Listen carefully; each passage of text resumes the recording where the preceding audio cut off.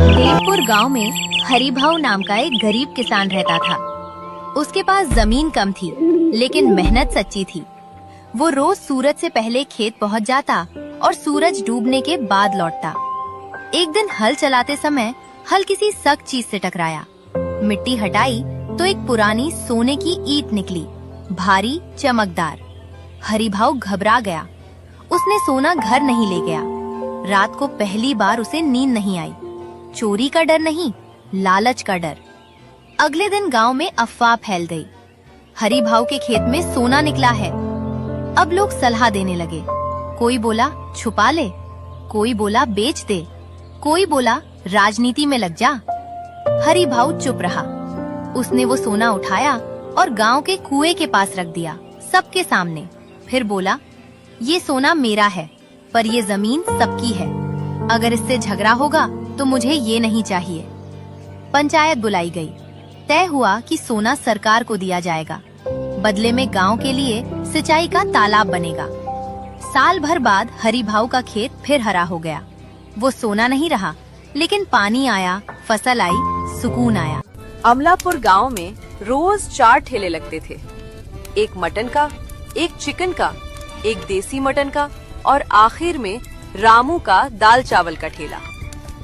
रामू बहुत दयालु इंसान था।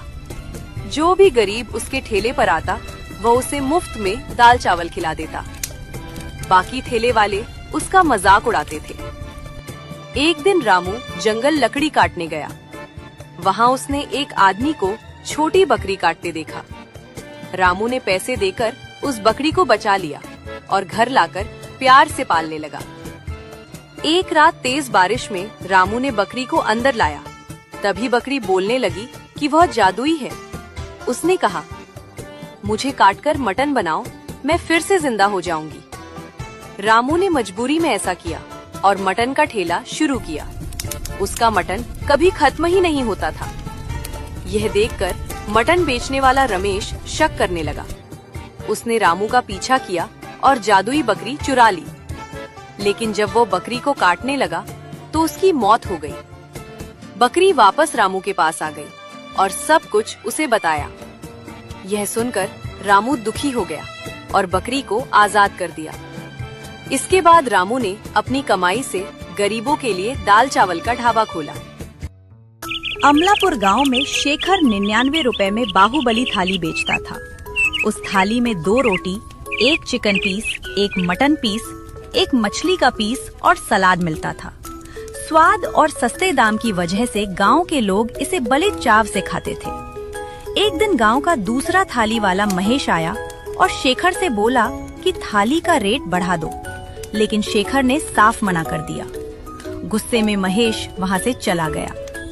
कुछ दिन बाद एक बिजनेसमैन आया और शेखर को ऑफर दिया कि वह उसकी रेसिपी और थाली का पेटेंट खरीदना चाहता है, लेकिन शेखर ने यह ऑफर भी ठुकरा दिया।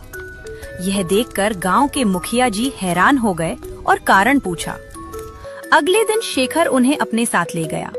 सबसे पहले वे चावल की दुकान पर गए, जहां दुकानदार ने कहा कि शेखर की वजह से ही उसकी दुकान चल रही है।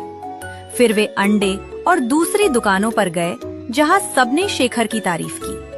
तब मुखिया जी को समझ आया कि शेखर ज्यादा पैसे के लिए नहीं, बल्कि गांव के लोगों और छोटे दुकानदारों की मदद के लिए सस्ती थाली बेच रहा है। यह जानकर मुखिया जी ने खुशी से शेखर का धन्यवाद किया।